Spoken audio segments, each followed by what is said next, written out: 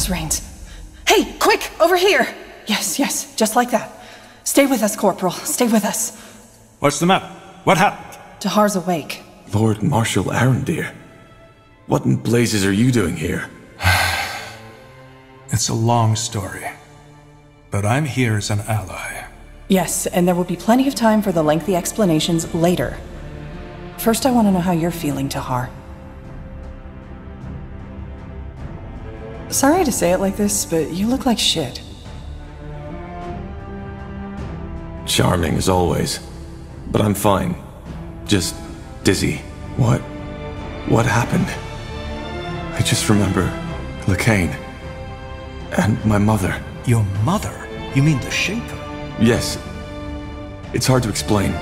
She was in some kind of stasis when my father found her, and my father used her for his experiments. I don't know how to say this, but the blood burn, it was her doing. When my father died, she tried to call out to me by telepathy. That's what caused the plague. All right, I think his head wound is worse than we thought. It's the truth, Iria. And Leckain didn't only want me to stop the blood burn. He needed me to lead him to my mother, so he could use her as a source for the Archfire. Well, that's a lot to take in, I guess. But why your mother? You're speaking metaphorically, right? I'm not. She is my mother. All right. Start over, from the beginning. What happened when you walked into that chamber? I'm sorry, but that sounds absurd. Utterly absurd. Well, I doubt he's lying, King Regent. And actually, it makes sense. It explains a lot, for example, why he could activate the portals, enter Mulandir, and why he had this vision. Though I have to admit, it's not what I expected from our little trip to the Eye. Not at all. Speaking of which, how did we get out of that dungeon? Well, that's another story. But after that explosion, it was as if the skies had started raining fire. Leckain's soldiers panicked and rushed into the dungeon to save him. It must have also alarmed our troops who were waiting at the borders. They marched in and used the confusion to get us out too. I mean, at the time, the Purity still thought we were allies and vice versa. In other words, we got lucky. Apparently. But why in blazes are you here, Lord Marshal? And how long was I out for? It's just anger now. I think we've moved past the titles. And to answer your question, you were out for 5 weeks. 5 weeks? Yes. To be honest, if your vital signs hadn't remained steady, we would have assumed you were dead. Which leads us to your mother. You mentioned something about Leckain banishing her into some kind of amulet? Yes. He somehow absorbed her spirit to gain access to the Archfire. That's what my father always tried, and why he created me in the first place. And I assume, by Archfire, you're talking about some extremely powerful source of magic. The source of all magic, yes. So the theories are true. Well, at least now we have an explanation. An explanation of what? Well, the Harbinger has gone rampant. Briefly put, the Purity of Light has taken over almost all of Leonider. The Eye, Greyfell, Greykeep, everything. Greykeep? How is that possible? They were already in the keep when Leckain gave the order, and we simply didn't expect it. It wasn't even a fight. It was a massacre. And yes, I know what you're about to say. But it's my fault, because I tolerated the Purity in the first place. And you're right. I've made mistakes, and hundreds, thousands of people had to pay the price. What about the Queen? Is she... She's alive. The Harbinger knows he can't kill her, because if he does and word gets out, then he might lose the common folk's support. According to our spies, the Queen's Guard and the Purity have struck some kind of bargain. Wait, so the Purity controls the keep, and the Queen's Guard just plays along? Yes, it sounds absurd, I know. But the Queen's Guard first responsibility lies with the safety of the Queen. Whatever is necessary to protect her, they do it. Though I doubt Leckain's long-term plan sees the Queen at his side, which is just another reason to hurry. And he's wielding the power of the Archfire? Some incredibly powerful form of magic, yes. And it adds up. He absorbed your mother's spirit, and it allows him to do the things he now does. But why? Why start a war against all of Northander? To prepare Io for the arrival of Aeonir. You remember that nonsense his priests always preach? How we're the reason that Aeonir left us? Yes. That's why they want to clear the world of sin and mages. Of defilers. Well, it seems that they've spiced up their idea a little since it was taking too long. It's not just mages they kill anymore, but everybody who doesn't convert to their religion. Soldiers, women, men. They all get to choose. Join the purity and accept the light, or be killed on the spot.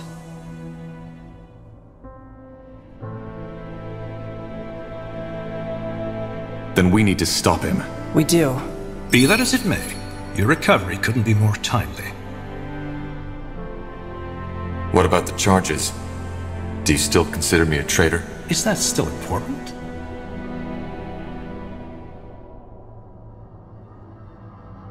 Well, considering that you're in my fortress now, I don't think it is. I'm glad you're able to see it that way. Given the recent events, your sentence has been lifted. You are pardoned. And if that is your wish, you can be reinstated as a corporal of the Northander army. That, and my apology, is all I can offer. So you acknowledge that your verdict was a mistake? I don't think this is something we should discuss now. We can talk about it later. Do you accept my offer? That would mean a lot. Good.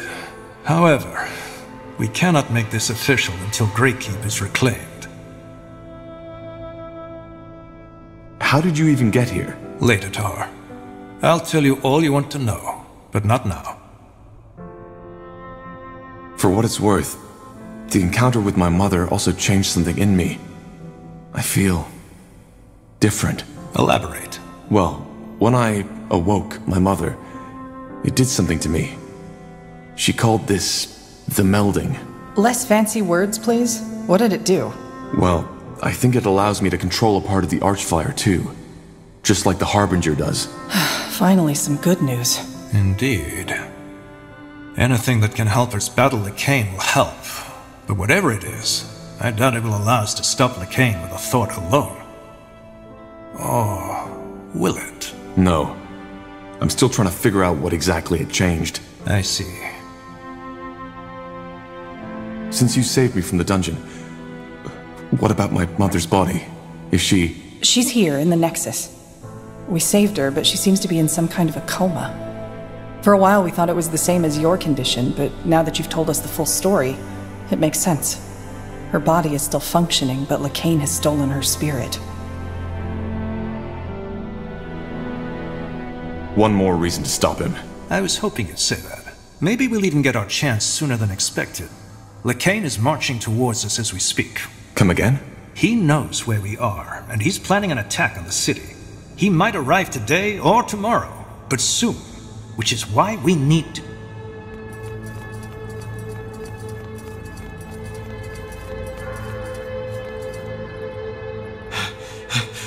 Lord Marshal! Speaking of Nor... The Purity. They are here, as you said. What are your orders, sir? Put up defenses all around the perimeter and protect the Nexus at all cost. How many are they? Hundreds, sir. And House Utran is supporting them too. Your sister is leading them. Myra? I'm afraid so. Wait, you're saying that House Utran is working for the Purity of Light now? And they're led by Lady Myra Utran? As I said, yes. It could be anything, though.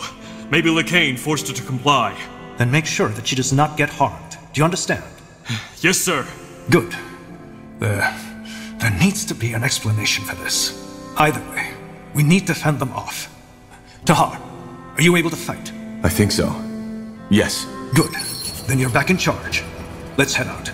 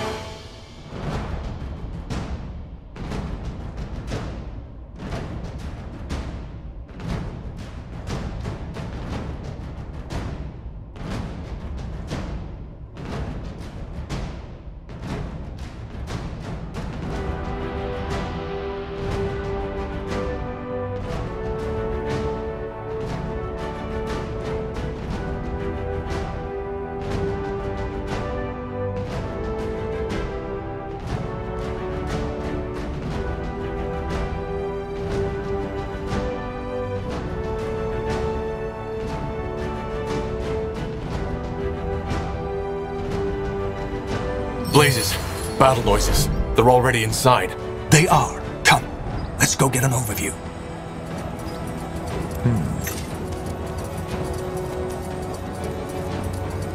Ellen's reigns. This doesn't look good. Tahar, you're awake. He is, and he has got some interesting stories to tell. But they'll have to wait. Where are Isgrim and Gore? I don't know. They weren't in the Nexus when the fight broke out. I'd say they've taken matters into their own hands. What are your orders, Tahar? This doesn't look good. We have to seal the entrances. If they breach through either one of them, we're done with. Then we need to split up. I'll get some of my men and make a stand in the southwest. Then I'll take over the northwest. That's the hardest one for them to reach, so chances are they still haven't made it. Then we'll help you. Good. And Tahar, if what that scout said is true, and House Utran is really part of this attack, don't harm her. I know my sister, and this does not make any sense at all. There must be a reason for all of this. I didn't even know Lady Utran is your sister. I don't blame you. Northander politics and family bonds are complicated, but yes, she is my sister. And since her husband, Lord Rickard Utran, died, she's the ruler of the Utran lands, which makes this development as dangerous as it's bizarre. The fact that House Leonider is supporting the Harbinger is bad enough. I'll do my best. Good luck, Angar. We'll come to your help once the other entrances are secured. Do that. Nihalth, guide your sword, Tahar.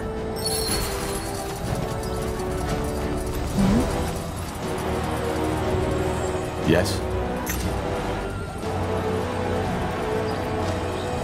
Got it.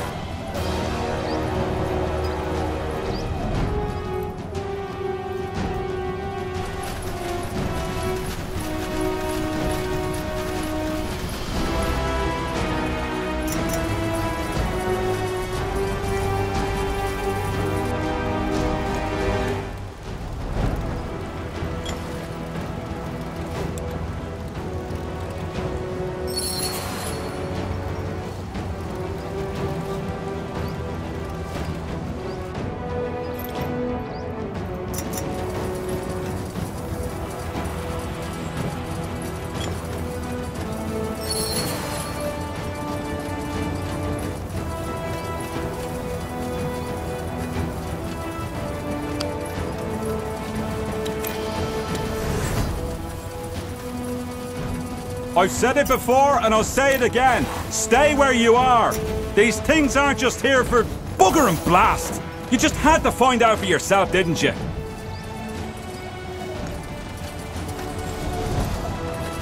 What the... Tahar? Is that you? I'll explain later. What's the situation? What are those things? My newest invention. Or, to be more precise, my newly recovered Shaper technology. I call them Death Towers. Death Towers? Yeah. While you were asleep, I did some more research on how the Shapers used the Nexus to defend their city. This is the result, though they won't hold forever. And my gut tells me the Utrans are up to something, because I haven't seen Lady Moira yet. So it's true. House Utran is fighting for the purity of light. Yeah, and quite viciously so. In other words, your awakening couldn't be more timely. What do you suggest? Well, as you know, I'm not the best at tacticians, but from what I saw, the attacks are currently coordinated by 2 Utran commanders. If we stay here and make sure no one gets through...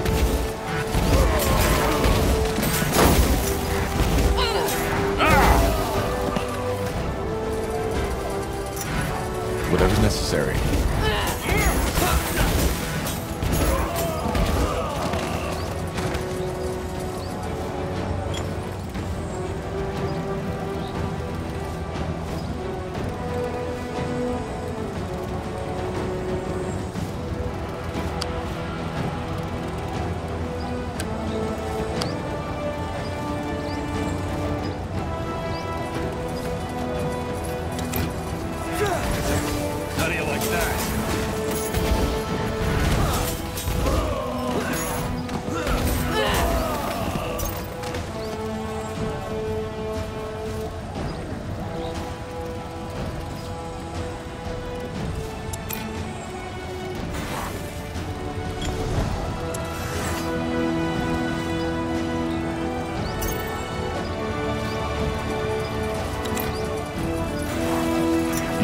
Picked the wrong enemy.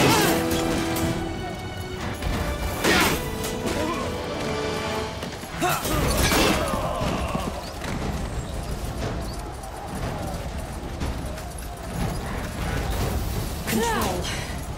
Need control.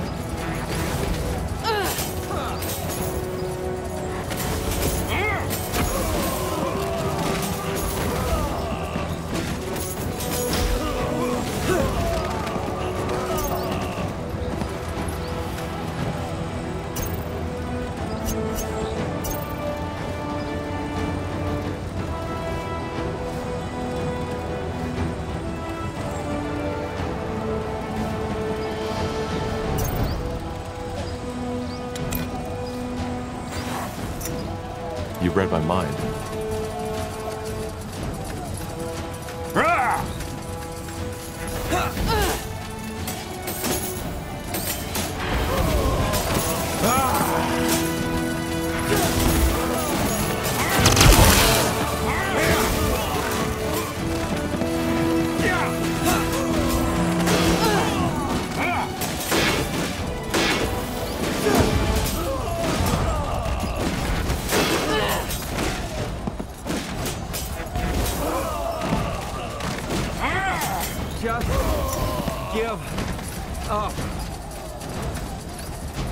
Let's see what we can do.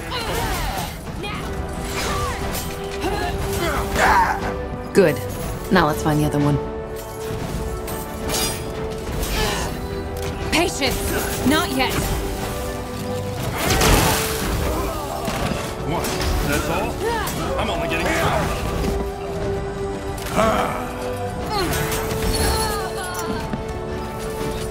Blazes! That's Lady Moira Utran! We need to help Iskrim! They will burn.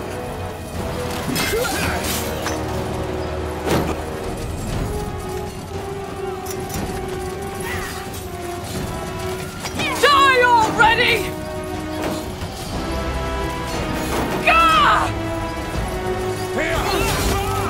All right, one more step and slit my throat. Lady Mira, what? Shut up! Tell me one reason I shouldn't kill you. Let me think. How about the fact that if I die, the Utran lands will fall into chaos and you'll have another civil war at hand? Just what you need right now, isn't it? Not to mention that the poor, precious Lord Marshal would be heartbroken, losing his sister like that. I hate to say it, but she's right. We cannot let her die. But I don't understand. Why did you betray the crown? Explain yourself. Explain yourself? Oh, Tahar, you misunderstand the situation. You're not in a position to give orders. So here's what's gonna happen. You will let me walk away unharmed. You can have my soldiers, I don't care. But if you make only one wrong move, I will end this by slitting my throat. Lady Mira, what? You heard me. So, Tahar, what shall it be?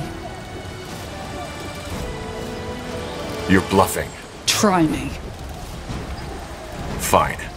Get out of here. A man of reason. One more thing, though, before I leave.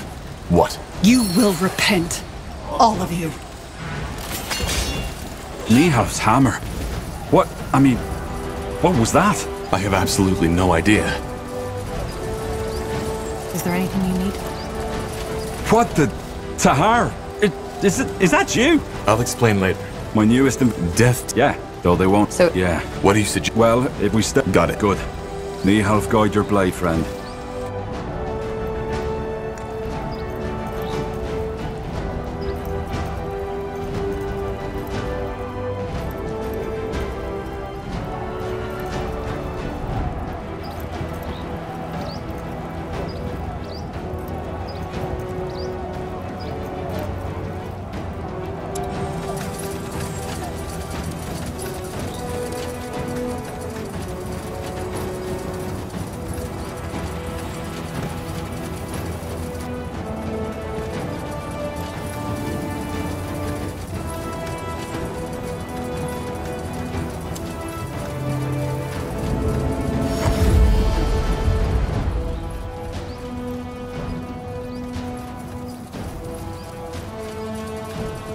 What do we need?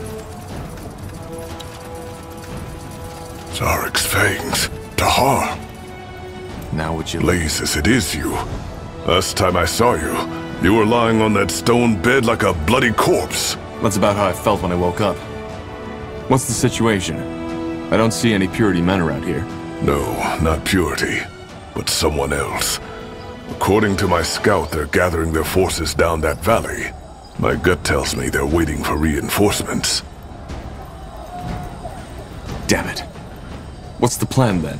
Well, now that you're here, I say you move out and crush them. We'll hold our position and cover your backs. Simple enough. All right then. Move out.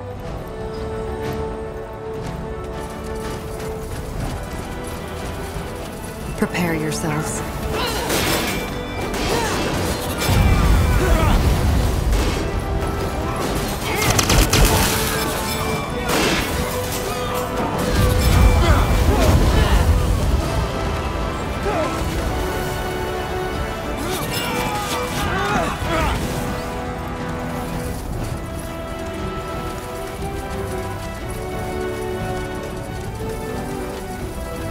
Sure.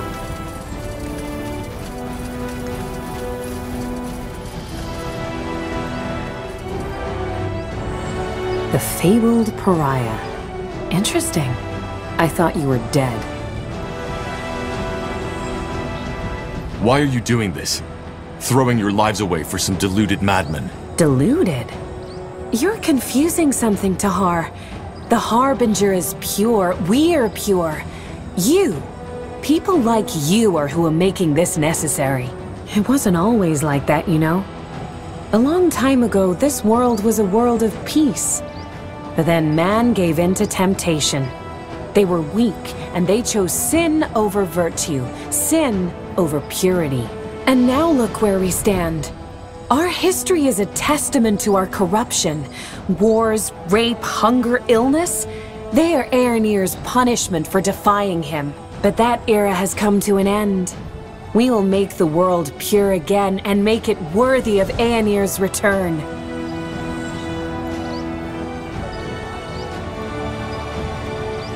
You're fanatics. You've completely lost your mind. On the contrary, we found it. But you're beyond repentance, so let's save ourselves the breath and end this already.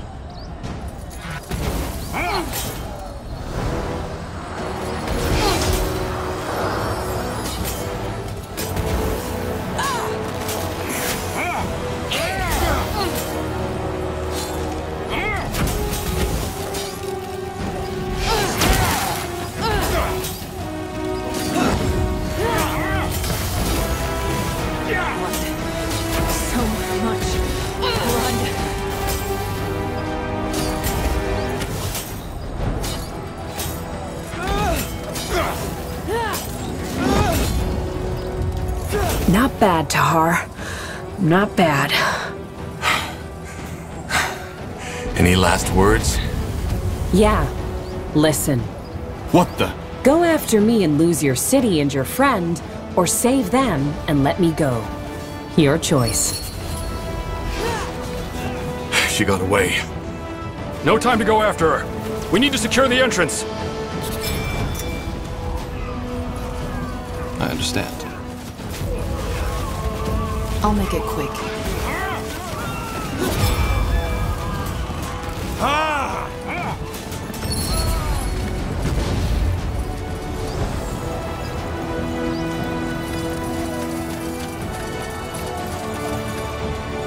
Interesting. A trap. I should have seen that. Their leader got away. I figured. But it won't be the last time we see her. We secured the entrance. That's what matters. What about the rest of the city? They attacked from all sides at once. Yes, I know. We'll take care of it. Just hold your position for now. Once all this is over, we'll meet at the Nexus. Understood. Don't die, Tahar. I'll do my best. What now? The southwest, the southeast, and the northeastern entrance are still undefended. Then we need to take care of them.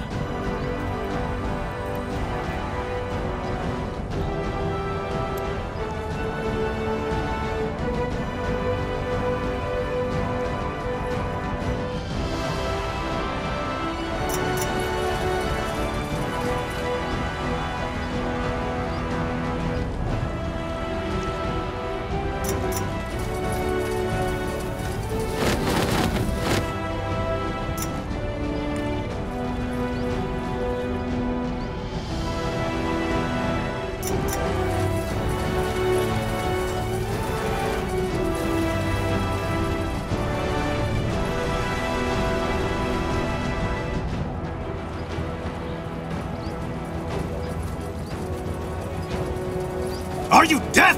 I said no! That machine will squash you like an insect! You're here. Good. I assume that means the Northwest is secured. It is. How about you? Well, we managed to fend off their first attack. They aren't Purity, though. What then? Mercenaries. They don't have a banner, so they could be about anyone. Thing is, they've put up a siege weapon of sorts right up that hill, which prevents us from retaliating. What kind of weapon? I don't know. It looks like some kind of catapult, but it seems to be magic-fueled and throws fireballs which cause massive damage. We're out of reach, but the moment we move against their camp, it'll decimate us within seconds. Whereas, if you attack the machine directly, the mercenaries themselves will fall into your backs. Or swarm right into the city, yes. We weren't enough to split up, but now we are. Good timing, in other words. So you want us to destroy that weapon? Yes. The moment it is down, we'll go for their strong point.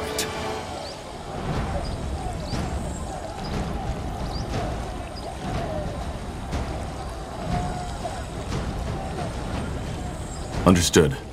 Let's get this done.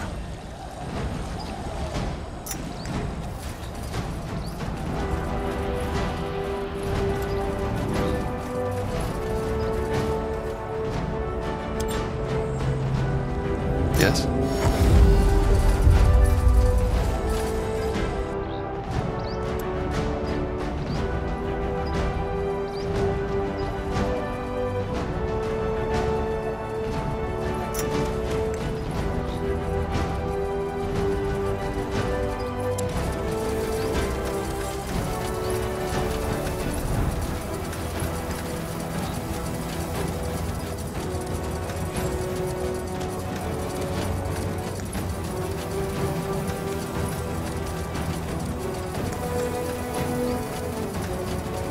There it is. Take it down. Shit! Kill them!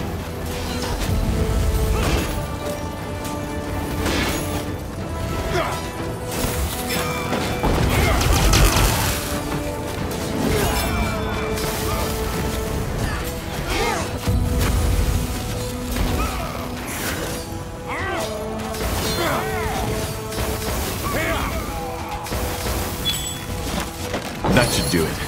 Then we should join Angar. He'll need help with his attack.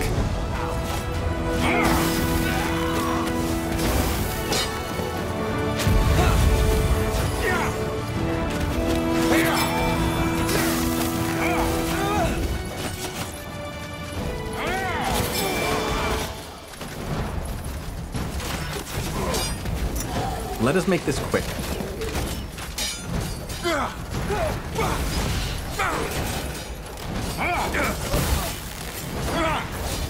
Well, that's all? I'm only getting started.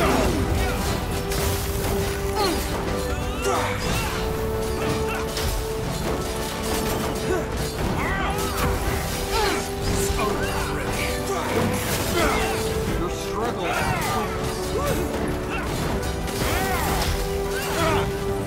I can't. I'm out of mana. Blazes. This is Commander Katras from Aenir's Deathmen.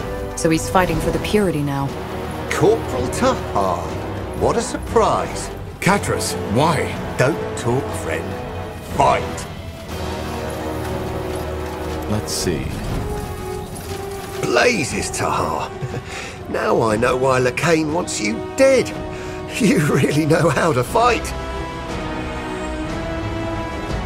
Why, Katras? Why side with the Harbinger? Blazes, you do like your dramatic lines, don't you? Look, this isn't personal. Leckain and his fanatics took down my camp and gave me a choice. Repent and accept the light, or have some stern-faced priest ram a bloody pike up me arse. So, unless you have some odd fantasies that I don't want to know about, don't tell me you wouldn't have done the same. A loyal man wouldn't have. Well, good thing I never swore loyalty to you or the Empire, isn't it? Don't kid yourself, Lord Marshal. You would have done the exact same thing. Pretend all you like, in the end we're all selfish pieces of shit, and the only difference between me and you is that I'm honest about it. Any last words? I hate to disappoint, but we're not quite there yet, friend. Goodbye, Tahar.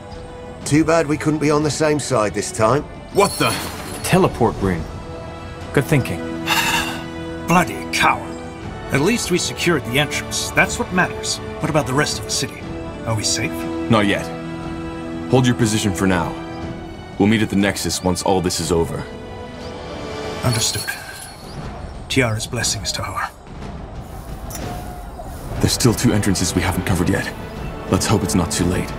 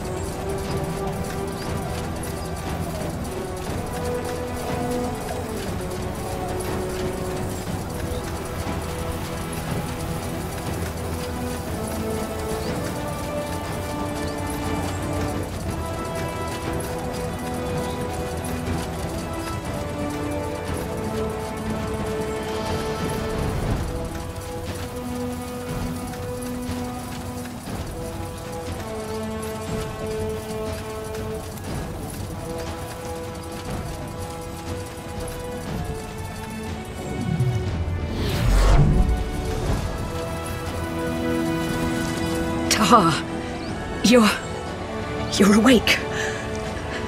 Shit. So they've already breached the outer walls. They will soon. masked thing on the other side. I don't know how he does it, but he's draining me. Drain?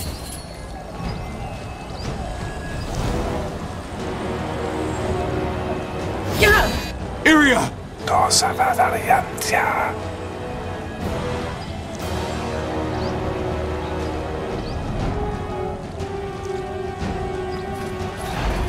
Blazes, what kind of magic is that? Ready yourself, Tahar!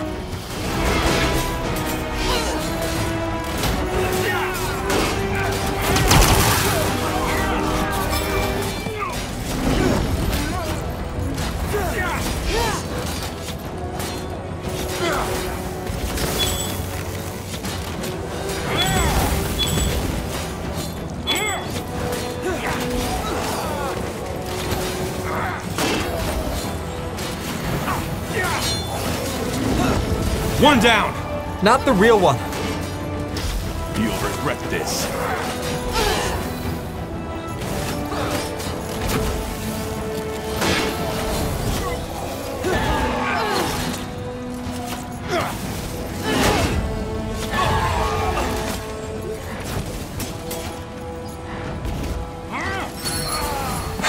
Another illusion. Doesn't surprise me. Who was that? I saw him around Leckain before. If I had to make a guess, I'd say he's one of his commanders. Come, let's check on Iria and the Scryer. Ellen's reins. What happened? The barrier gave up. Blazes. For someone who just came back from the dead, you're in good shape. Whatever your mother did to you, it seems to help. What about that masked fellow? Where is he? We've taken care of him, at least for now. Are you injured? No, just a scratch. Seems like Scryer Elion got the worst of it. Can you take care of her? We have to make sure the other entrances are safe. Yes. I'll get her to the Nexus as quick as possible. Be careful, Corporal. I have a feeling that masked priest wasn't Leckain's only ace up the sleeve. Probably not. Stay safe, Iria. Almost through. Just one more entrance to go. All the more reason to hurry.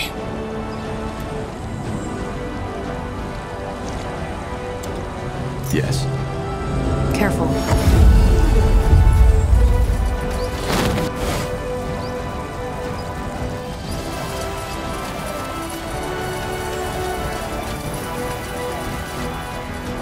Got it. That is... Wait. I have a theory.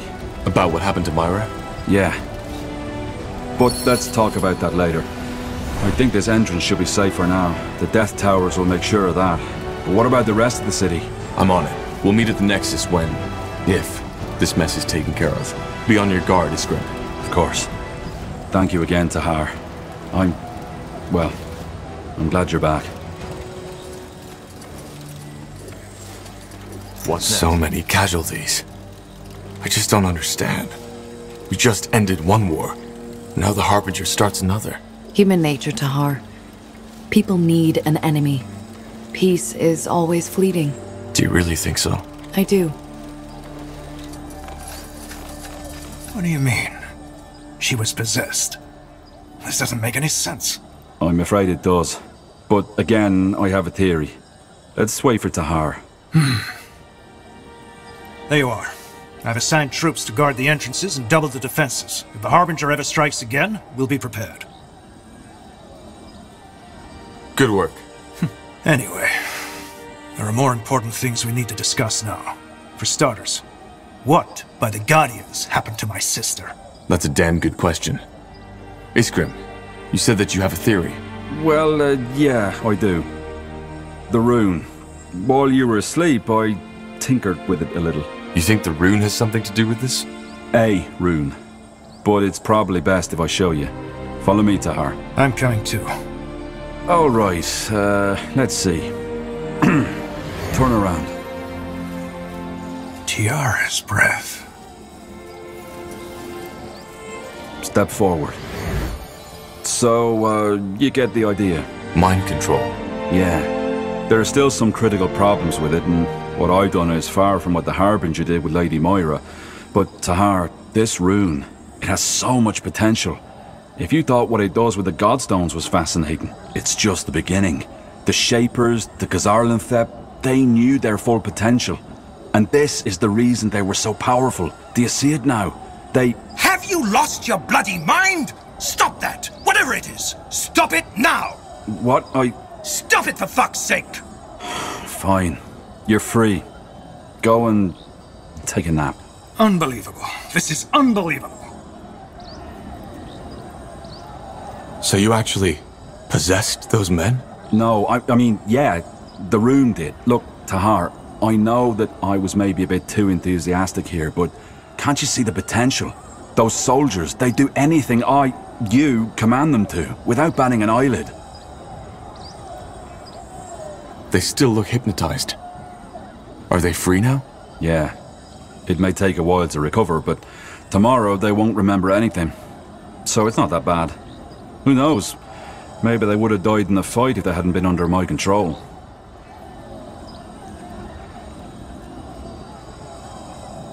And you think that the Harbinger controls Lady Myra, right? Yes. And in an extraordinarily powerful way, if I may say so. Huh. In other words, we need to find a way to break that possession. Right now, House Utran is under the Harbinger's control. Madness. This is madness. Whatever it is, let's tend to the wounded first. We'll discuss everything else in the Nexus. Yes. Let's do that.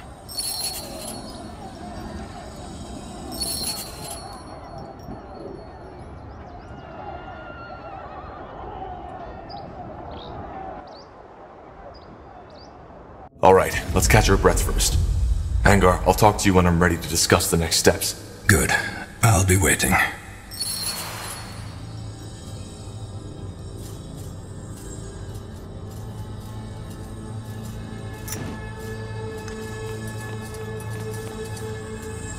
Tahar, ready to discuss the next steps? There's just one thing I still can't wrap my head around. How did Leckain become so powerful? How could he rally so many people behind him? The big question, isn't it?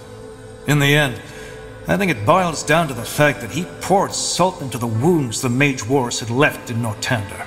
You see, it's not hard to rally people behind you if they are desperate enough. He just gave them a simple answer to a complex question. And the people believed him. Though I don't consider him a pragmatist, he really believes in what he says, that Aeonia will return once mankind has repented. Which worries me even more.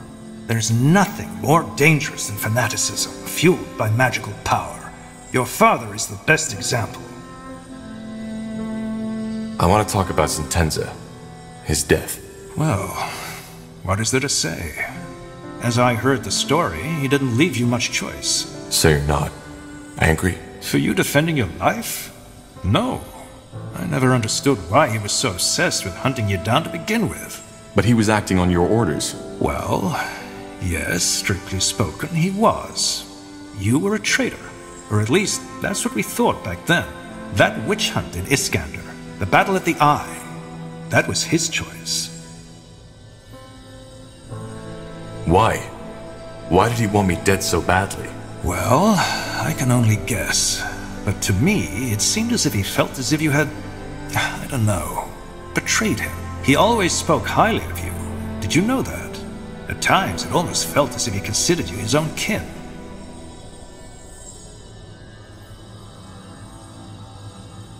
Well, if he did, he didn't show it very much. That doesn't surprise me. Sentenza was never good at expressing emotions. You see, Tahar, in the end, both he and I are men born from war. Seeing people die at your command, hearing the widows and the orphans cry as a result of your choices, it changes you. You need to find a way to deal with it, and Sentenza did so by shutting off his emotions entirely. Or, at least, to the outside. But in the end, he always did what he thought was best for Northander. He saw the Harbinger's true face, even before he revealed it. And I brushed it off as his usual distrust towards anyone, which was, as you know, a fatal mistake. And who knows, maybe if I had listened, it would never have come to this. Without the Harbinger, I'd be dead. That's true. But this discussion isn't leading us anywhere, Tahar. You didn't tell me yet. How exactly did you get here? Weren't you in Greyfell when the Harbinger took over? No, I wasn't. Otherwise, I wouldn't be standing here. But we were on our way back the night it happened. As you can imagine, it was a hard choice to make. But eventually, I left my pride behind and realized attacking Greykeep with the little division I was traveling with would have been suicide. So you fled? We retreated. The rest is simple. We went to Iskander because we had heard the rumors about your army. There we met one of your scouts, and then the elven woman, Iria of Finon Mir. Oh, she decided to let you in? Correct. You know the rest. Your people were a bit distrustful at first, and I don't blame them. After all, they'd been fighting the Royal Army not too long ago. But eventually, they realized that we were on the same side.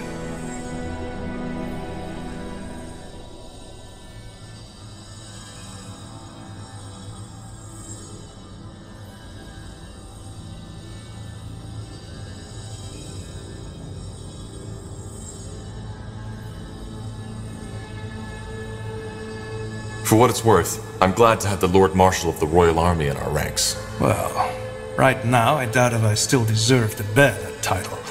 Half of the Royal Army is gone, and I'm to blame. But I appreciate the sentiment. Alright, let's discuss what comes next. I'll go get the others. Good. Good. Now that you're all here, I'd like to plan how we proceed. As... Tahar, I think you should allow yourself some more rest. You were in a coma for more than a month, and we still don't know what that melding actually did to you. Isn't it obvious? It made him more powerful. Yeah, but where does that power come from? What effect does it have on the human body or the psyche? We don't know. I'm alright, Iskrim. Just trust me. Fine. Then go on. Thank you. So, our objective is clear. We need to defeat the Purity of Light and save my mother. Angar, am I right to assume that Leckain made Greykeep his new base of operations? Correct. It's the center of his power, which is both good and bad. It's bad because Greyfell was built to withstand any kind of ambush. And why is it good? Because it also means if we succeed and reconquer Greyfell, we'll cut off the snake's head. Once we kill Leckain, the Purity will fall. However, there's no point in fooling ourselves. That battle for Greyfell will be bloody, and if we want to have even the slightest chance of winning, we need to join the remaining houses. Ultran, Hallet, and Wulfgar. Yes. If we put this army together with theirs, we might stand a chance. Also, you should see if you can strengthen the alliances you already have, Tahar. I have a plan regarding that, so we can talk further once this meeting has been concluded. So do I. Alright, so where do we start? It's up to you. But before we can even think about arranging a conclave between the houses, we need to break that spell the Harbinger put on my sister Myra. Iskra, any ideas? Actually it should be simple. We need to find the one controlling her, take the rune and, well, destroy it in the forge. And who is controlling her? What if it's the Harbinger himself? I doubt it. The manipulator has to be physically close to his subject, so it'll most likely be someone in Lady Myra's army. But your rune will react to another rune's presence, so once that person is near, you'll feel it. Good. Then I have a plan. The Harbinger has taken up position in Iskander, between the Utran and the Everlight border. You know that place, Tahar. It's where your father started his rebellion, and where Sentenza almost captured you. The Loyalist camp. So what's your plan? We strike in full force and take the castle. He'll be forced to initiate a counterattack. And my sister's armies, the Utran army, will be the closest ones at hand. A bait. Yes. We hold the castle against the main army, whereas you, Tahar, and a small troop get behind enemy lines. You find the rune carrier and strike from the shadows. Obviously, you'll have to act quick. We can't hold against the entire Utran army forever. What if killing the rune carrier won't break the mind control? We'll just have to hope that doesn't happen. Alright. So we take over the castle, wait for the Utran armies to cross the border, sneak behind their lines, and eliminate the rune carrier. And once Lady Myra is freed, we will try to gain the support of House Howlett and House Wolfgar. Yes, though we'll need to take care of something else before that. But let's discuss this when the time comes. Agreed. One more thing. This will be dangerous, and our original mission has been completed. In other words, if any of you are thinking of leaving, now is the time. Well, then we best get prepared now. I'll tell you when we head out. Understood. Tahar, I'd also like to talk with you if you have a moment.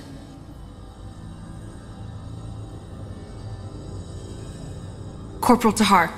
A word, if you will? Who are you? Private Miller, Corporal. I'm from the Royal Army and came here with the Lord Marshal. We've captured someone who we suspect belongs to the Purity.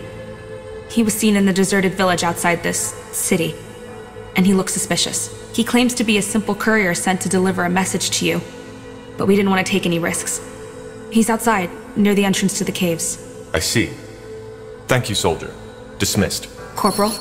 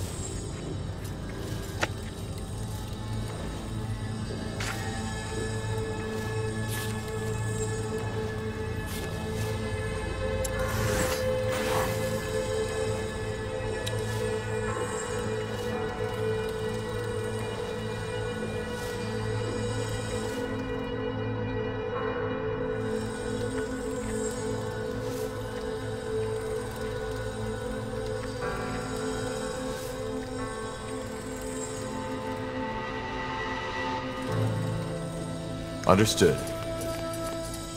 Now you said you know where we can find more allies. Yes I do. I'll make it short. The Ash Reavers have invaded the foot of Barga Gor. If we defeat them and their leader, like we defeated Krell, their soldiers will join us. The Ash Reavers? I'm guessing that's another orc tribe. Yes, you already met them, back at Farland's Hope. They are a very violent tribe, a lot like what Krell wanted the Fire Wielders to become. And they are nomads. They never stay in one place for more than a couple of moons, which is why their city is basically a movable fortress. So, we head back to Barga Gor and defeat them. Sounds simple enough. Well, yeah, except for one thing. Kagan, the Ash Reavers chieftain. I think this invasion is about more than gaining new territory. It's personal. He despises me, and that's putting it lightly. Why? Because you killed Krell? No, it's more complicated than that. You see, becoming a shapeshifter in Orcish culture is complicated. You have to be chosen by the village elder and undergo years of brutal training. I did my trial with another apprentice, a female named Rain. We were close, not as mates, but as friends. Almost as if we shared the same blood. Long story short, during the trial we found ourselves locked inside a cave, deep inside the mountain of Bargagor. After weeks of starving, we realized what the true trial was. Only one of us would leave the cave alive. Rain sacrificed herself for me, without my consent. She did it while I was asleep. To get to the point, Kagan is Rain's true brother. To this day, he thinks that I killed her. Did you ever try to tell him the true story? We only met once. And yes, I did try to talk to him. It ended in a fight which I won. That disgrace only added to his hatred. And truth be told, that was my last attempt to convince him. I knew it was fruitless. Our tribes lived weeks of journey from each other. And, well, the memory of Rain's sacrifice is painful enough for me as it is. I just wanted it buried, somewhere in the dark corners of my mind where I'd never have to face it again. Which, as you can guess, didn't work. I still have nightmares. I see. And that's why he invaded Bargagor. It must be. Bloodthirsty as the Ash Reavers are, there is no reason for them to start a war with the Fire Wielders, especially now that we unified them. He must have heard that I'm behind this, and that rekindled his hatred for me. In other words, we need to stop him, and as fast as possible. According to one of my sources, the Purity is also planning to start an attack on Bargagor. The Fire Wielders should be able to hold them at bay, but not if they have to wage war against the Ash Reavers at the same time. Why is the Purity attacking Bargagor? Isn't it obvious? To eradicate us. Just like the Dark Elves, we Orcs are a creation of the renegade gods. So we aren't even given the chance to repent. Lecaine's war doesn't stop in Northander, Tahar. He plans to take on the entire world. But that's crazy. He must know he can't win this. Does he? He's a fanatic. He thinks Aeonir is acting through him. I promise you this, Tahar. Even the moment your blade is at his throat, he'll think he can still win.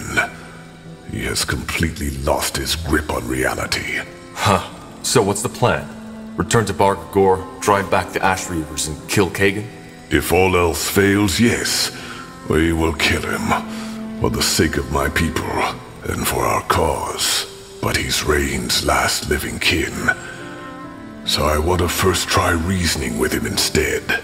There must be a way to convince him that I'm not a liar, that I didn't kill his sister. All right. I'll tell you when we head out. Yes. Chieftain Czar already left before you woke up to get an idea of the situation. I know time is sparse, but we should leave as soon as possible.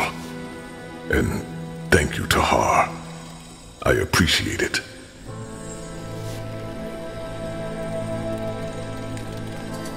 Interesting. You said that you have an idea on how we can get more allies to fight the Purity. Yes, I do.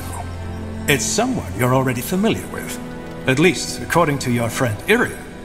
The Iron Falcons. You want to convince them to join our troops? Not all of them, obviously. The Field Dog are an even greater threat than the Purity, even if most people nowadays have almost forgotten about them. What I suggest is that we strike a bargain with them. They give us a small division of their elite keepers, and we provide them with twice the amount of foot and maybe engineers to make up for it. Engineers and infantry for a handful of knights. Is that really worth it? It is. The Falcons aren't only excellent fighters. Their presence will also inspire our soldiers. They're living legends. That's not what it seemed like when I was there. High Keeper Aranor almost lost the tomb just because she was too stubborn to cooperate with the Deathmen. Well, given that the latter now fight for the Harbinger, her mistrust wasn't that unjustified, don't you think? But still, you make a fair point. Keeper Aranor is complicated. But if what the elf told me is true, she learned her lesson. All right, it's worth a try. When do we set out? Whenever you want. Thanks to these godstones, it won't take us long to get there. So I'm not expecting this mission to cost us more than a day, 2 at most. We should probably take some troops with us, just in case the canyon is still unsafe. Fair enough. I'll let you know when we go. Good.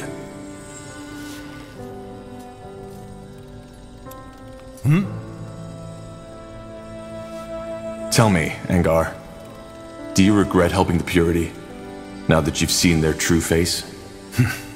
That's a hard question to answer, and you know it. On the one hand, yes, I underestimated them. On the other hand, back then, it was the only logical thing to do. Logical? Yes. After all your father did in the Mage War, the people were angry, desperate, broken. The Purity channeled and still channels these emotions. It may sound cynical to say that now, but if it hadn't been for the Purity of Light, something far worse might have happened. Worse than a mage genocide?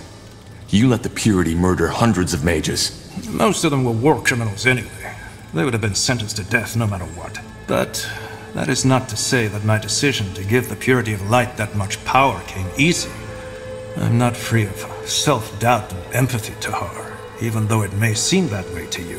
However, I will not lie. Mages are a problem, and something needs to be done about them. If we don't, it is only a matter of time until a second Isamo Taha will appear and once again plunge the world into chaos.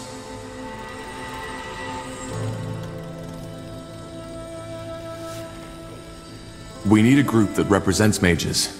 Then treaties could be made. That is an interesting idea. But before we can decide on any course of action, we need to deal with the current threat first. But to return to your question, all I did was take every factor into consideration and decide accordingly. You did the same, more than once. I've heard of the trail of destruction you've left behind on your journey. Many people died under your command. We tried to help wherever we could. I believe you. But have no doubt that there are many who don't. What I'm trying to say is, there might have been a better way to handle things, but I did not see it. I did what I could, and even though it turned out to be a mistake, I have no regrets. I wanted to talk about Leonon. I had a feeling you would.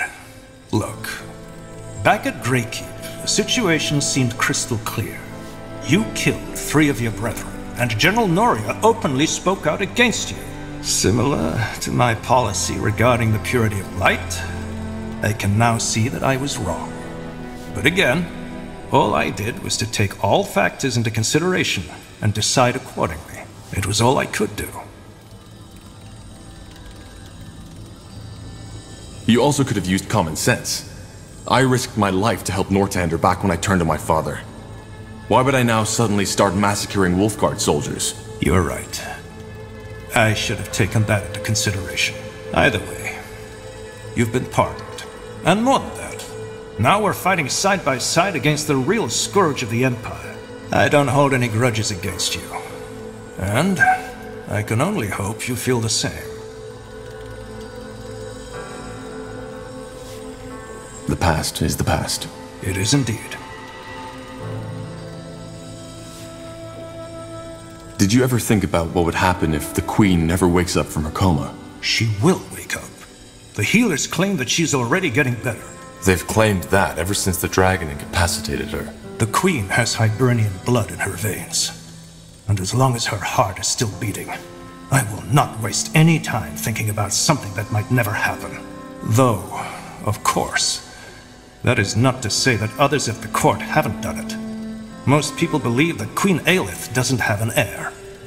But that's wrong. She does. Really? Who? A cousin. I suppose you know about the Queen's problematic ancestry.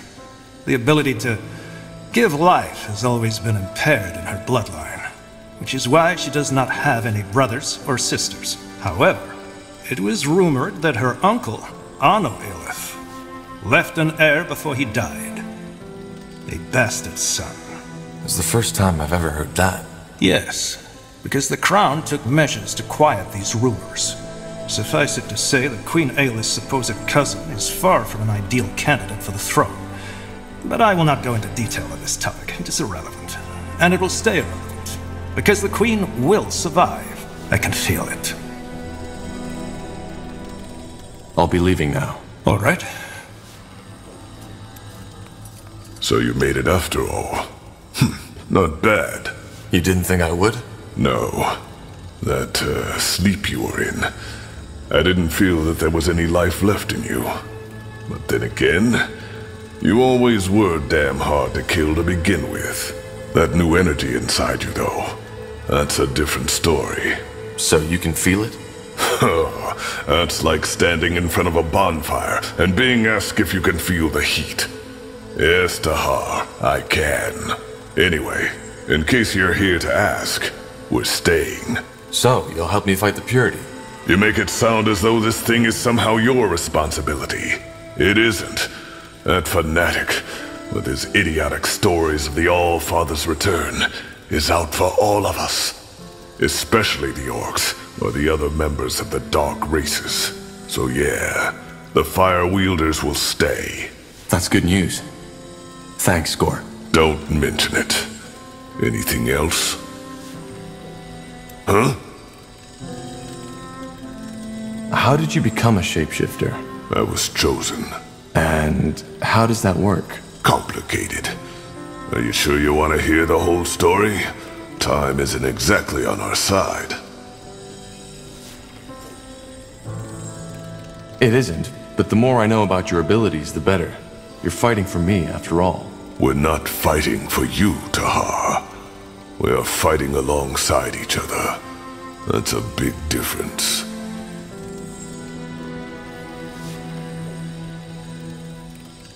Alongside, then. Good. Let's make it short, then. Shapeshifting is a gift of Zarek. One that only the best of his shamans are granted. And how does one become a shaman? He has to be chosen by a tribe's chieftain. You see, magical talent is a lot rarer among orcs than it is among humans or elves. In my tribe, there was only me and Rain. We both discovered our talent by chance. I, when I was 9, and put out a fire that had broken out in my family's hut. Everybody was asleep, even the damn fool that had been tasked to stand guard. When I woke up, the entire room was in flames. So it was your magic that woke you? No, I needed to take a piss. Makes sense. What happened then? I panicked and started screaming, as every child would have. However, the only thing that did was make me inhale the fumes even quicker. My vision blurred and I lost consciousness. When I woke up again, I was on a bed of hay in the village shaman's tent, and everybody was staring at me, as if I was Zarek incarnate. I asked what happened and they told me. Just when I had lost consciousness, it had started to rain. Not just a little. It was a full-fledged storm, a deluge from the skies.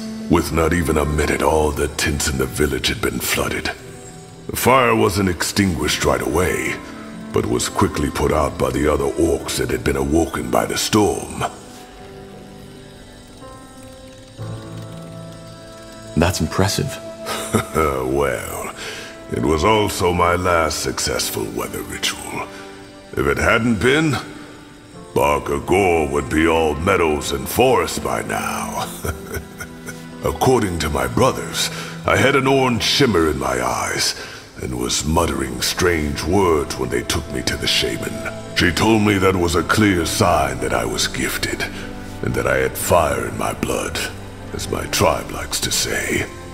Of course, it changed my life entirely. All of a sudden, I was my Cal's pride. It was strange, not just for me, but also for my kin. How did your family take it? Well, they were proud. But they also weren't sure how to treat me anymore. For example, my father stopped taking me out on the hunt because he was afraid that something might happen. Which is ridiculous. Shaman or not, an orc who can't wield a spear isn't an orc at all. Also, my siblings became withdrawn. Jealousy, of course, but also estrangement. All of a sudden, their baby brother had become this strange being, which had apparently been bitten by Zarek himself. I'm sorry to hear that. Don't be dramatic. There's worse fates than being the one gifted orc among thousands. Who trained you? The healer? Yes, but only about her craft. Primitive ghost callings, alchemy, medicine. I learned my magic from an elder who lived in a tiny shack a 15-mile march from our village. I woke up every day before dawn, walked for 2 hours, served him, and received my lessons. Then returned to my cow shortly before midnight. It was hard, yes, but it was insightful. Those long walks in the darkness, the solitude at the foot of the mountain where his shack was, they shaped me. Interesting. And who is this Rain you mentioned earlier? Did I? Well, that's complicated. I don't want to talk about it. All right. Regarding this Rain you told me about, No, Tahar. Accept it.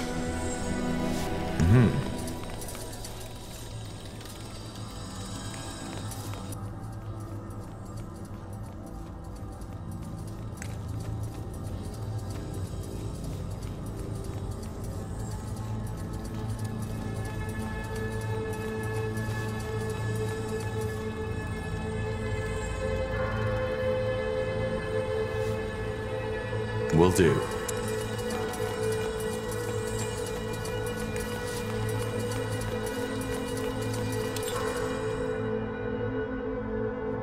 To this day, the Shaper's magical and technological prowess remains unrivaled.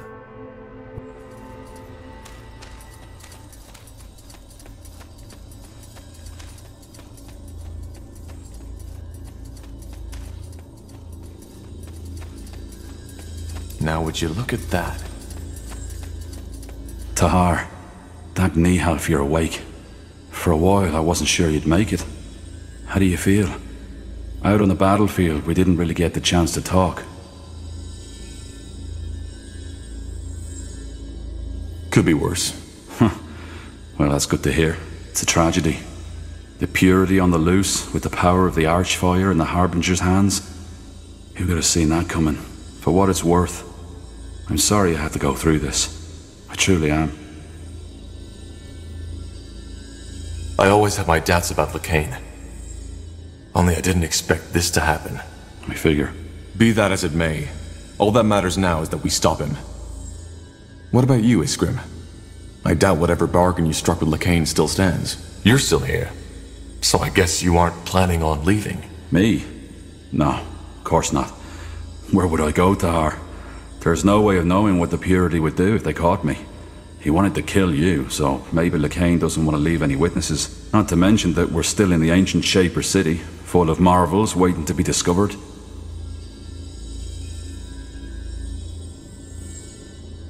Well, I'm glad you're able to see it that way. A frown hasn't helped anyone yet, has it? There's, one more thing I wanted to ask you. It's about your mother. About Andra. Ask.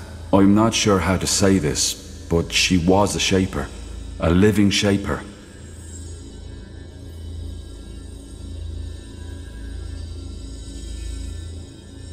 What are you getting at? All tragedy aside, you have to understand how fascinating this is. A Shaper who survived through the Aeons. And as if that weren't enough, you even turn out to be related. I have so many questions, Tahar, so many questions. Iria said at the moment Andra and you melded, she made you see something. Fragments of her past. Now, I can't help but wonder, what was it? Did you see Mulandir in all its former glory?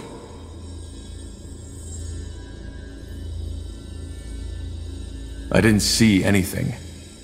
It's more like I suddenly have that sense of familiarity. Especially here. But that's even more exciting. She must have transferred some of her memories onto you. I wonder if that's part of this melding ritual. Look, Tahar, I'm not sure how to say this, but how would you feel about it if I examine her? There's so much we could learn from her, even if her mind has left her body. What do you mean by examine? We're not talking about a dissection, are we? What? No, of course not.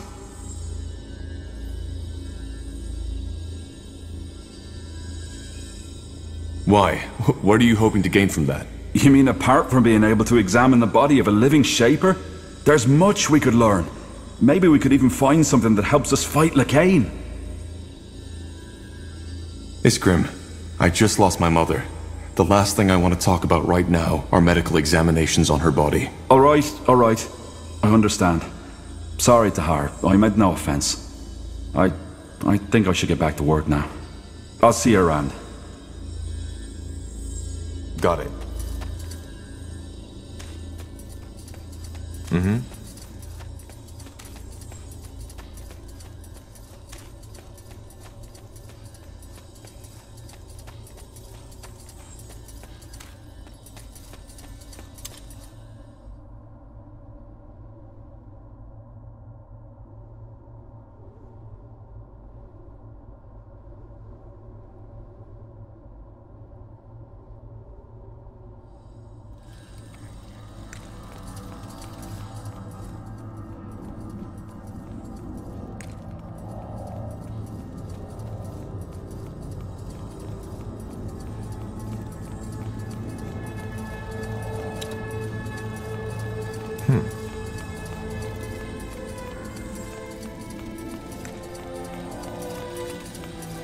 Let's... She's breathing, but her spirit is gone. Damn you, Leckain.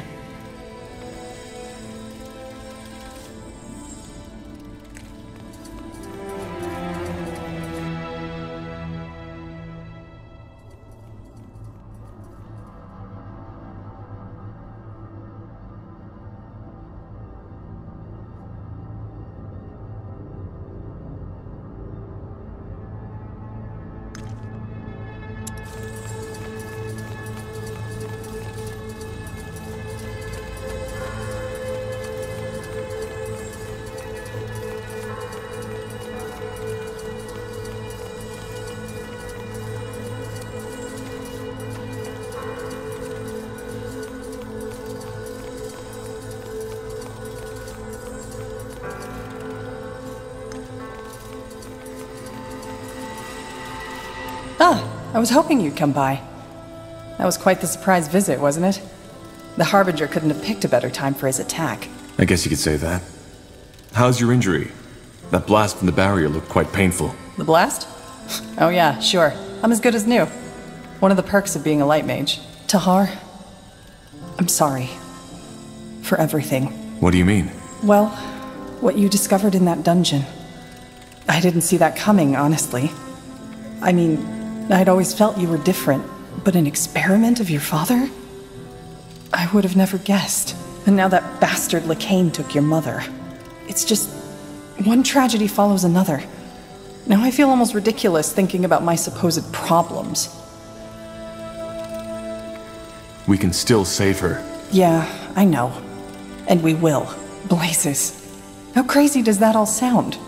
A half-shaper whose mother's spirit has been stolen by a religious fanatic. If all this weren't actually happening, I'd think I'd be watching a bad play. Though you'd definitely be the tragic hero in this, and I don't envy you.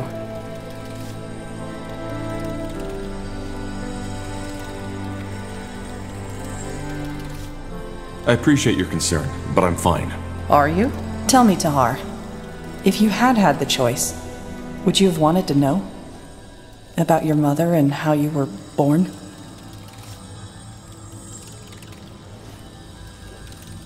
Yes.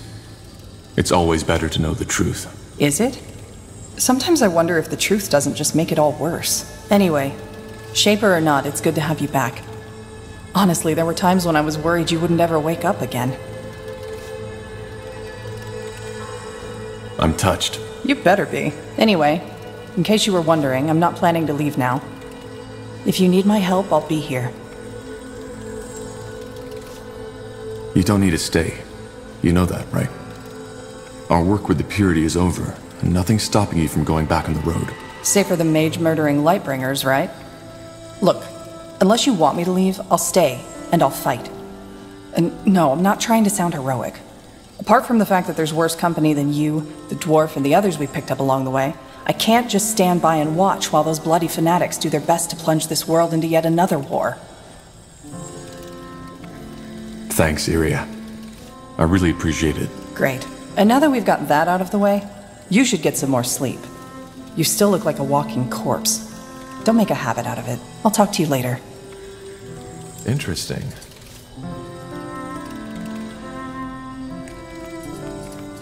Understood. Corporal? Need anything? Tell me a bit about your time on the road. What was it like? Is that a command, Corporal? Please? All right, but I'm afraid there isn't so much to tell. Have you ever been on the road by yourself?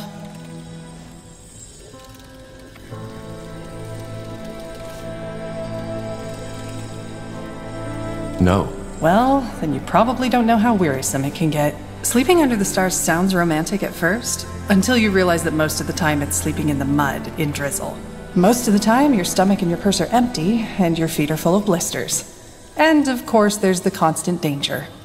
Especially if you're traveling on your own. Did you ever have a companion? Some, yeah, but most of it was just temporary. Though there was one I traveled with for longer. Quentin. How did you meet? Coincidence. A small town between Finn and Mir and Lar. We played dice together and he cheated. When I called him out on it, he tried to turn tail. But one of the other guests stopped him for me. They wanted to go give him a beating, but I told them to stop. He gave me back my money and we started talking. And, believe it or not, we found that we got along quite well. So you started traveling together? With a thief? I wouldn't call him that. He was just young and careless. We ended up traveling for almost a year. I see. What was your relationship? You mean... No, we were just friends. He was way too young for my liking, and I think I was too old for him. We were more like sister and brother. What was his story? Where was he headed? Into the blue, same as me. He had quite an interesting task, but I wouldn't feel comfortable sharing it with you, to be honest. He wouldn't want that. Huh. So, how did you split up? What happened? Nothing dramatic. We came by a village and decided to rest there for a while.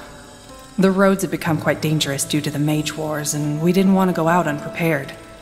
I did some healing for the villagers, and he helped out the local smith. He liked it, and the smith wanted him as an apprentice, so he stayed.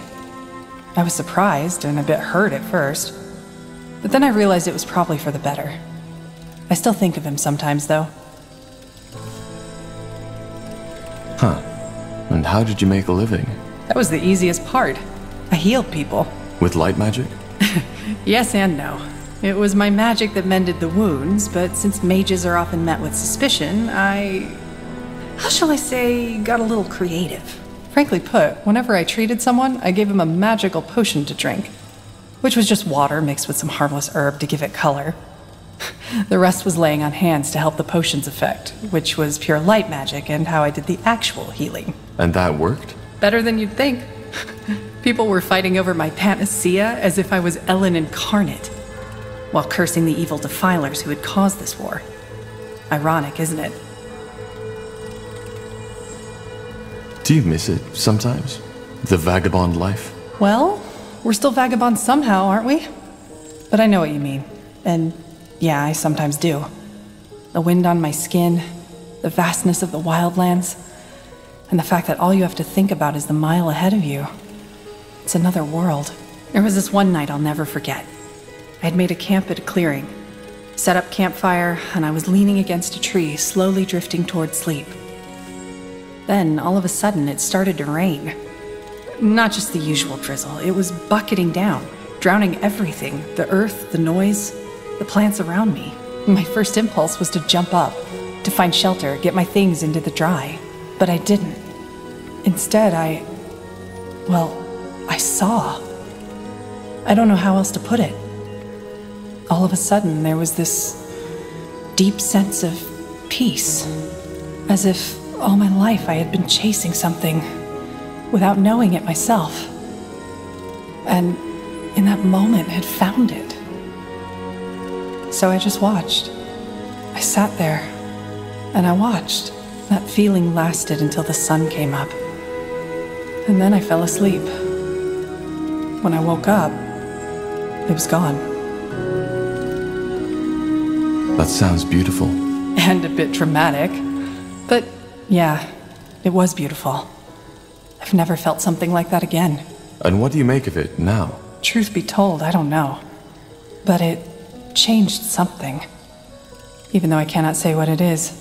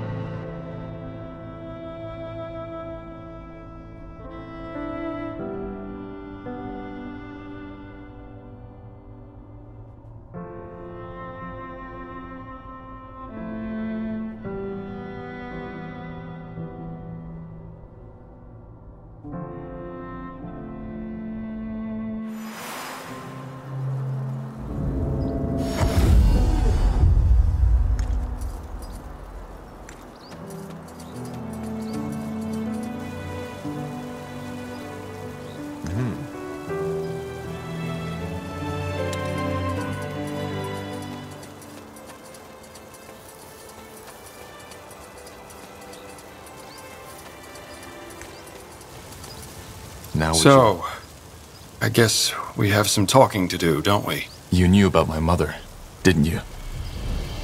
That's what you hinted at back at the forge, before we set out to the Eye. Well, the answer is yes and no.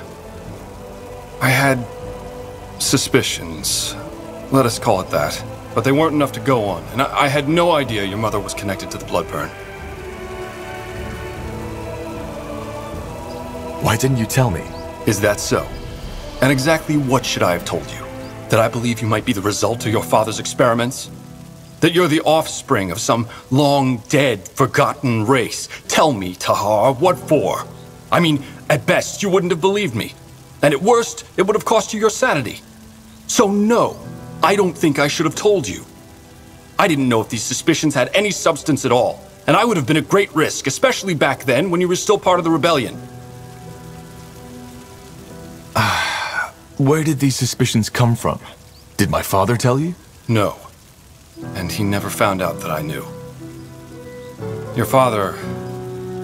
I don't need to tell you how meticulous he was, do I? That's why he always kept notes of his experiments and studies. I found one, a notebook. The story's actually quite simple. Your father had gone out to meet with Aelot Iskander, and had tasked me with cleaning up his laboratory. Really?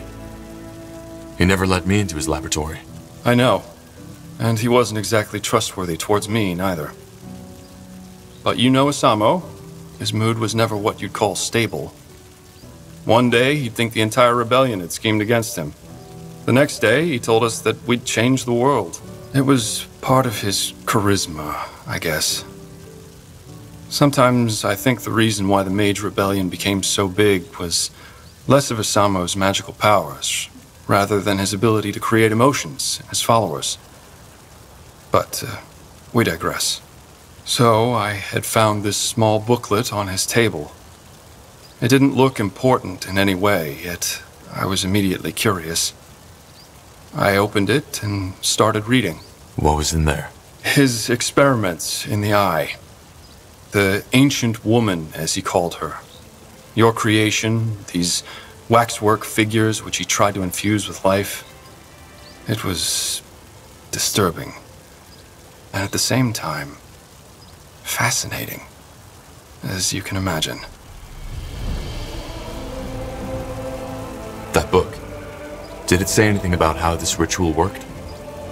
Andrew said something about how the Shapers conceive differently. I don't think it can be compared to how two humans reproduce, if that's what you're thinking.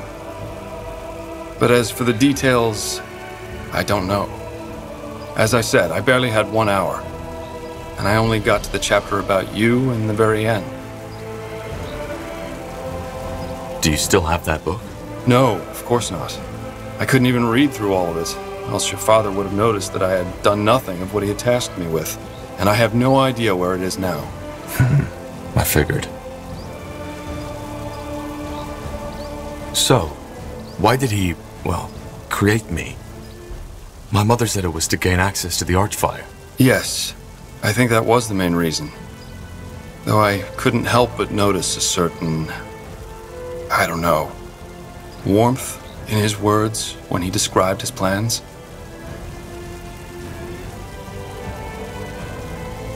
It just all sounds so bizarre.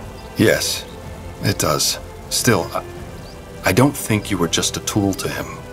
You weren't. Tell me, Tahar, knowing all that, how does it make you feel?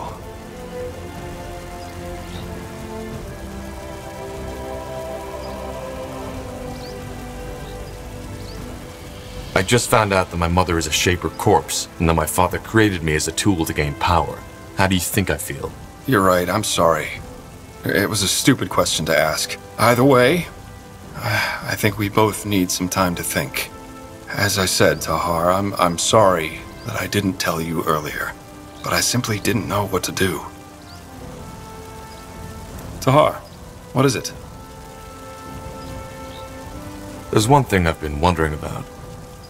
After we parted at the hideout, what exactly happened? How did you and my father part ways? Good question. I guess it all started with the relics, the tomes. You remember them, right? Yes. He was hoping they'd help him to win the war. Exactly. And there was this one moment when he found the 5th tome, when I came to a realization. You see, there were all those bodies. Enemies, but also many of our people. We had shed so much blood, Tahar. So much blood for our cause. But Isamo, he didn't care. If there was any grief in his eyes, I couldn't see it. And as dramatic as it may sound, that's when I finally understood that we had lost our cause. This wasn't about ideals, about us mages anymore. It was about him. Whatever his intentions had become. And that's the reason Zane, Helena, and I betrayed him. Come on, do you really want to tell us you didn't see that before? The tomes were all about power. No, you misunderstand. I knew it was about power. But Isamo always told us that he would use that power for the greater good. And it's not that far off. I mean, can't you imagine? With the power of the tomes, we could have united the world. Even made it a better one. No more persecution of the deviant. No more wars. No more suffering.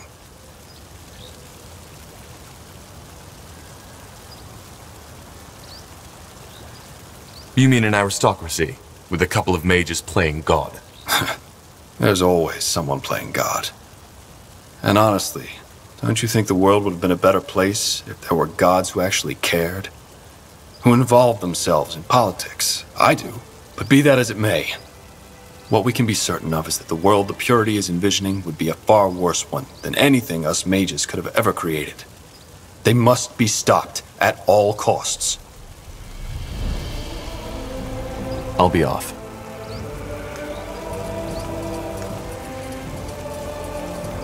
Interesting. Huh? I want to buy some better equipment for the Wayfarers. Music to my ears. What did you have in mind?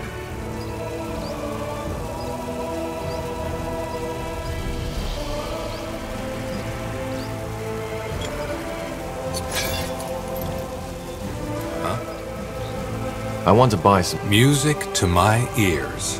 What did you have in mind?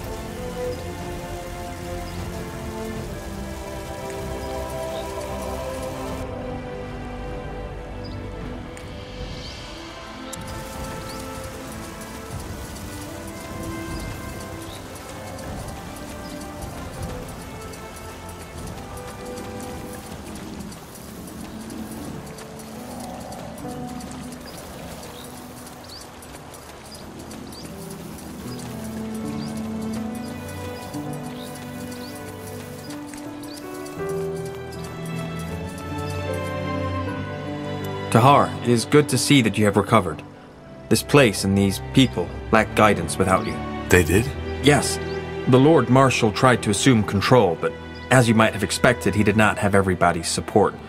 I was even fearing an internal power struggle, and I'm glad it did not come to that. I must say, Tahar, your mother, she is remarkable. I have always wondered what the Shapers look like, and now I do. It is fascinating, though I suppose this is a difficult topic for you. Forgive me if my words were inappropriate. It's all right. Good. Is there anything else you wanted to talk about? Yes? What is it? Back when we met, you told me about an internal disagreement, which led to many of the guild's mages leaving. What exactly happened? Why do you want to know? No particular reason. I'm simply curious. I see. Well, simply put, the guild had two leaders until half a year ago, me and Lena. Lena and a lot of the other mages felt that they could uphold their neutrality no longer without sacrificing their integrity. You're talking about the persecution of mages? Yes, I am. As Lena said, they are crucifying us, burning us alive, putting masks on our heads that destroy our minds. If there's something wrong with the world, it's people who keep their heads down because they are afraid to stand in for what's right.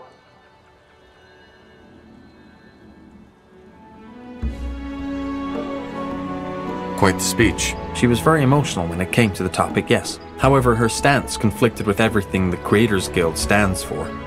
We preserve knowledge, push forward the boundaries of magic. We do not involve ourselves in power games and politics. Figuratively speaking, a fisher will never be a good military commander, just like a mage will never be a good politician. So where did Lena and the other mages go? I do not know. They left to fight the purity and save mages, but I have not seen them ever since. Could you tell me more about Lena? What was her position in the guild? She was the guild's treasure master. Other than that, I do not know what to tell you. She was quite young when she joined the guild, not even 24 winters old, and immensely talented. When it came to mentalism, her skills were unmatched. She was different than the others. She was better than the others. And I always saw a spark of genius in her eyes. And yes, I do know that most people would call that attraction. But it was just a fraction of what made our bond unique.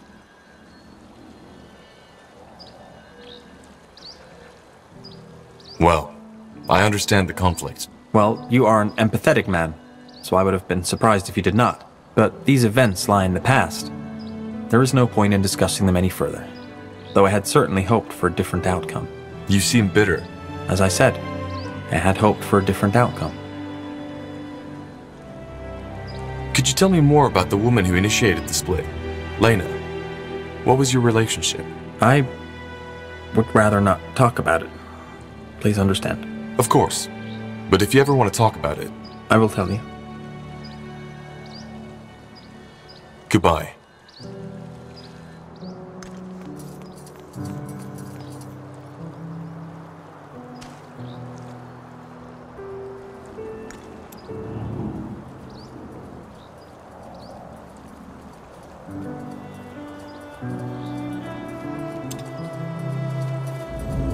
What's next?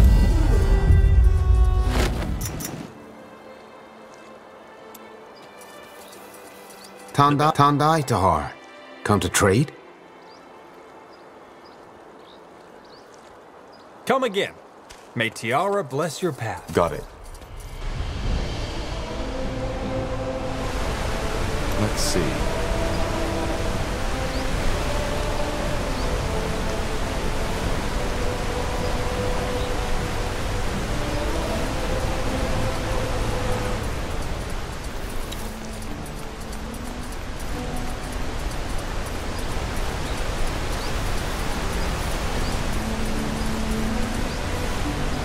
So, back on your feet again, aren't you?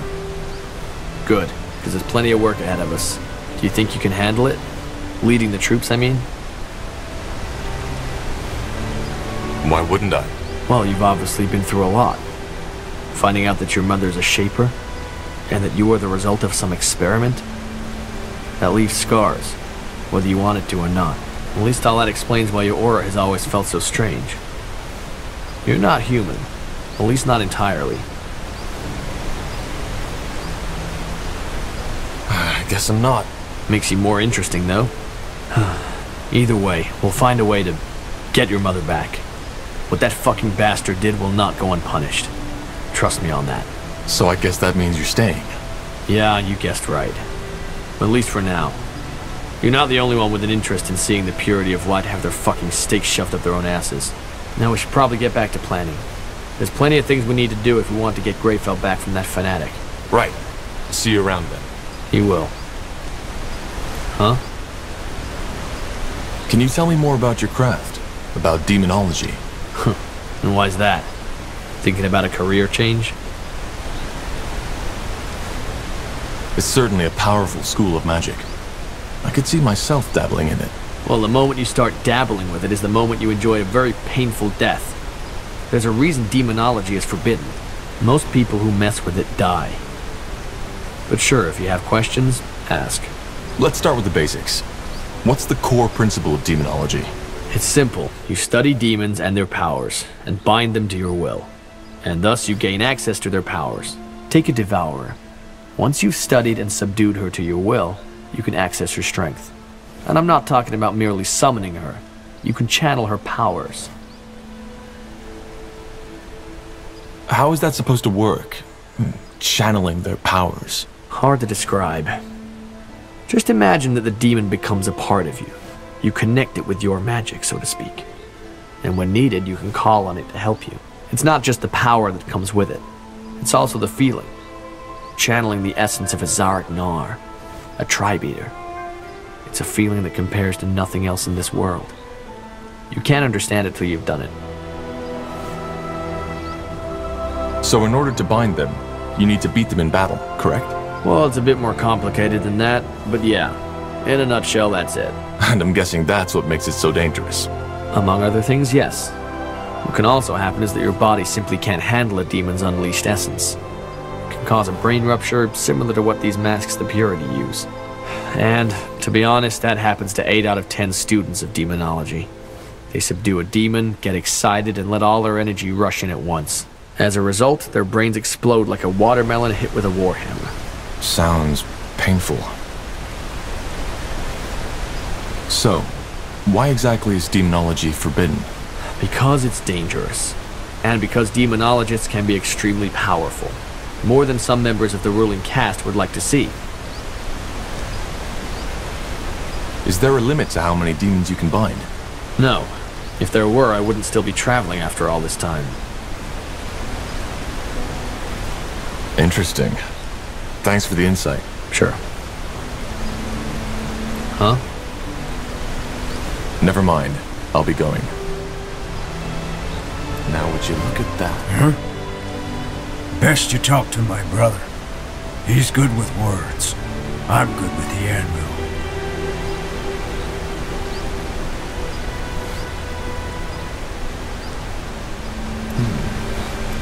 Oh, the corporal. Quite a nice place you found yourself here, I have to say. Thanks again for helping us out in that bloody desert. So, if you don't mind, we'll unload our cart and smithy here. As promised, we can provide you with the best weapons and armor on Northander.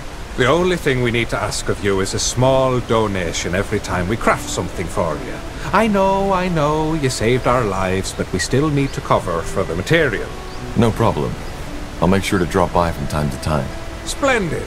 Knee half strength, Corporal. Looking for potions and scrolls? I'm sure I have just what you need.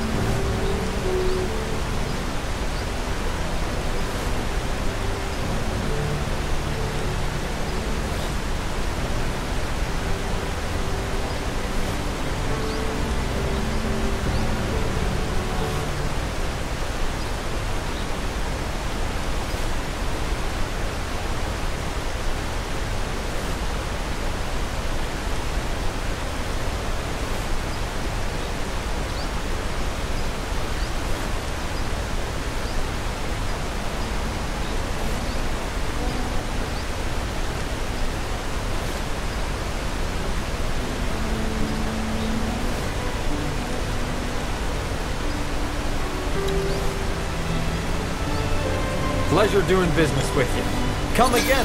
I'm getting new wares by the next moon's turn. Interesting. Ah, Tahar. Good of you to come by. Sure. You wanted to talk? Yes. I'll be brief. While you were asleep, an elven messenger came by. Varden Merilith, one of the Moorhere scryers from Leafshade, sent him. Merilith? What did he want? Only that he needed your help.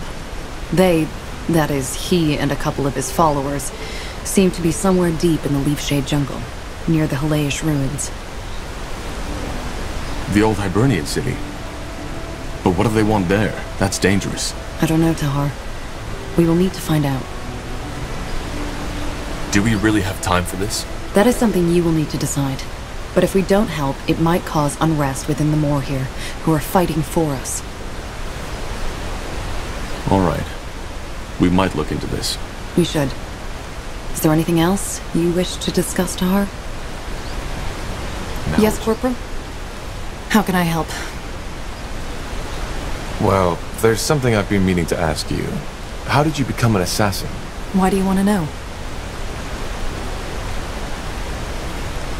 Because I want to know my allies. Huh. I see. In short, my mother sold me. And after an incident, my owner noticed my talents. He started to train me to carry out jobs for him. And when I was 17, he had an accident. I've been an independent assassin ever since. Your mother sold you? But where? Why? Because she needed the coin, and already had 4 children to feed. And as for your first question, where there is demand, there is a market. Particularly in a big city like Greyfell. It's not as uncommon as you might believe. You're saying there's a slave market in Greyfell? Slaves, sex, murdering for pleasure. Just imagine every dark desire you can think of. And you know what the Greyfell Bazaar has to offer. I find it interesting that this surprises you. Didn't you serve in the Royal Army for 8 years? I only joined shortly before the Mage Wars started, and the Greyfell affairs were the responsibility of the Greyfell Guard. I just didn't know. Well, now you do. I do not agree with the purity of light in most aspects. But they are right when they say there are many sinners in this world. If you believe in the concept of sin, that is. Even if she needed the money, that's despicable. Well, to her credit, she didn't take it lightly. At least as far as I can remember. I was only 7 when that happened. That doesn't make it better. How do you feel about this? Your mother selling you off? Well, I used to feel strongly about it. Now I've simply accepted it as part of my past. But there are plenty of reasons for that. That's quite the story. Is it? So, who is this man who bought you? I won't talk about that. This chapter of my past is done, and I want it to stay buried. I understand. I'm glad you do. So, tell me, Pariah, how did you become the betrayer's child in the first place? It's rare for a child to defy their own father.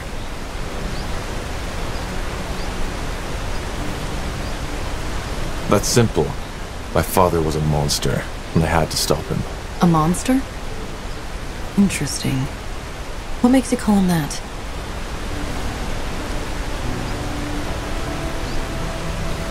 How about the fact that he started a war? Many rulers did that, and many people would if they were in their position. I would even dare to say it's in our nature. But don't get me wrong. I am not trying to justify your father's actions. I am merely thinking out loud. Either way, is there anything else you need?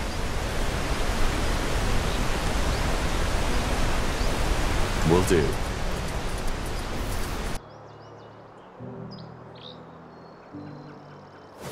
Understood.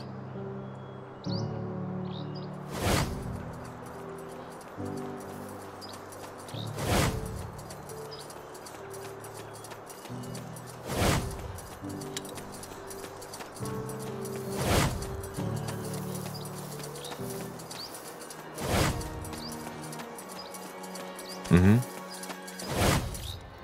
What is it?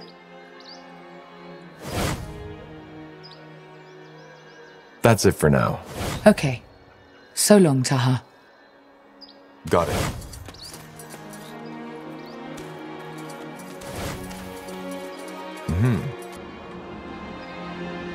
Will do.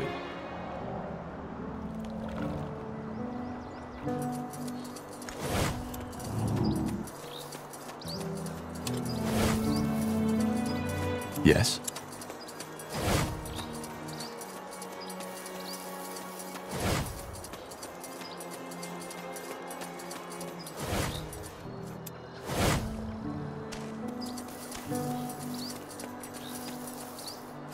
Oh, great. Another one.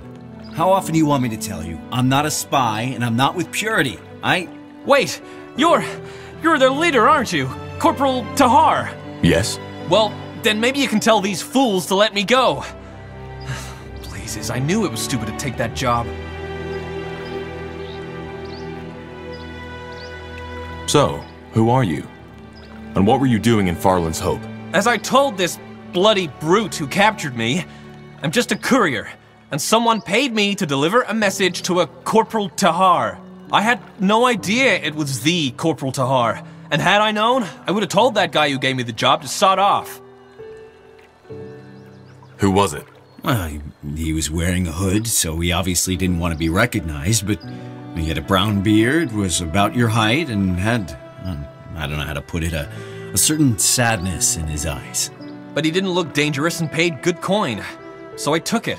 Can I see this message? Oh, finally, someone who asks. Yes, it's in my coat pocket, and no, there's no poison in there to kill you. Let me see. A meeting in Everlight. From a friend. A friend, you see? Can I go now?